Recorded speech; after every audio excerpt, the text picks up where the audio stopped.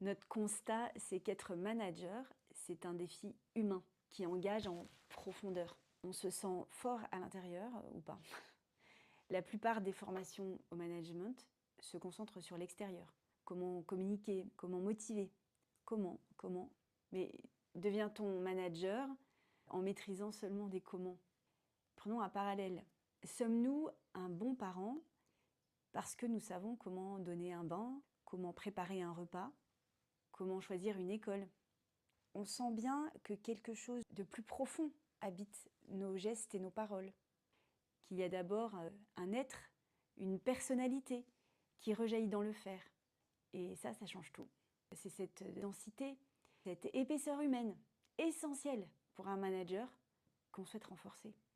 Pas par des recettes, pas par des rôles qu'on a l'impression de jouer, mais parce qu'on a une posture juste, authentique, solide, qu'on a trouvé son propre style managérial.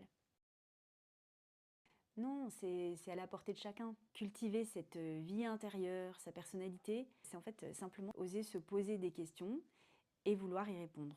Des questions, on s'en pose tous, plein. En rentrant du travail, dans les transports, on repense à telle ou telle situation, à telle conversation, et puis on se demande ce qu'on aurait dû faire. Et on arrive chez soi, et nos vies bien remplies nous empêchent de prendre le temps de nous y attarder plus longuement. Ce parcours crée ce temps. Tout d'un coup, dans mon agenda surchargé, j'ai un réceptacle pour toutes ces questions, pour vivre cette introspection. Après quelques semaines d'un entraînement régulier, certains la comparent à la reprise de la course à pied. On sent que l'on a déjà gagné en épaisseur. Je me retrouve en réunion et contrairement à l'autre jour, je n'en ressors pas frustrée de ne pas avoir su dire correctement ce qui m'habitait. J'ai su présenter les choses proprement et ça s'est ressenti. Et ça fait du bien. On a gagné en confiance en soi, en assise. On a le sentiment de réellement tenir sa place. Alors, la méthode. Pour chacun des thèmes abordés, 8 au total, tout part d'une question. Pas une question technique, mais une question humaine. Pas comment responsabiliser, mais qu'est-ce qu'être responsable en entreprise? On a tous une opinion sur le sujet, on a tous de l'expérience. En posant par écrit les termes de votre pensée version 1, vous vous apercevez que la question n'est pas si simple, que ça mériterait d'y penser un peu plus. Et c'est là que le travail commence véritablement. Comme pour penser par soi-même, on ne peut pas penser seul, vous réfléchirez à partir de textes puissants, d'auteurs qui font autorité dans leur domaine, les fameux géants. 5 ou 6 auteurs par thème, une trentaine de pages, de toutes les époques, de tous les courants. Montesquieu autant que Simone Veil, Hannah Arendt autant que Saint-Exupéry. Ces textes sont des prétextes à interroger l'action.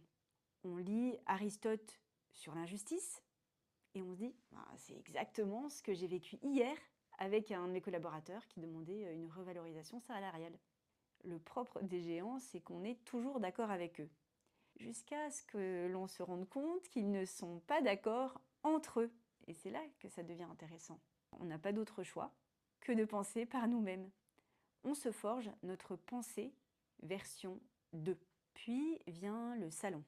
Une conversation de 2 heures avec 6 autres managers animés par un manager aguerri. Un moment rare, on va naturellement ralentir.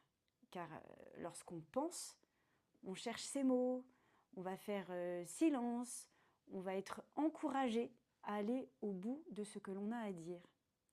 L'objectif n'est pas de se mettre d'accord, mais de permettre à chacun d'évoluer encore. C'est notre pensée version 3. Ce processus est répété pendant plusieurs mois autour des grands sujets humains qui fondent la vie du manager. On passe de premières intuitions à une mise à jour intérieure qui nous fait nous sentir plus fidèles à nous-mêmes et plus forts. Un autre point important, on part de votre agenda. Concrètement, notre équipe se charge de trouver les interstices dans votre emploi du temps. Et ça, c'est déjà un soulagement. C'est ça le principe. On trouve le temps dans votre agenda. On équipe ce temps. On y met de la méthode. Et on vous cornaque gentiment, nous dit-on. pour que vous entreteniez cette vie intérieure. On a les résultats que nous disent ceux qui nous utilisent. Ce parcours les rend capables, confrontés à une situation donnée, d'en saisir la particularité et d'avoir la réaction adaptée qui sort de nous spontanément, plutôt qu'une recette universelle à appliquer en mode automatique. L'explication est simple. Comme vous vous êtes approprié votre management, que vous avez fait ce travail par vous-même, les choses sont ancrées en profondeur. Pas besoin d'appliquer, ça vous colle à la peau. On parle souvent du manager qui est assertif, qui est bienveillant, mais le premier sujet du manager, c'est l'épaisseur humaine qui permet d'avoir confiance en soi. L'avantage, c'est que vous rentrez dans ce parcours une fois que vous avez bien vérifié qu'il était fait pour vous. Avant toute inscription, on vous reçoit gratuitement pendant 1 heure en visio et ensuite seulement vous prenez votre décision. Comme ça, on est sûr que vous vous engagez en conscience.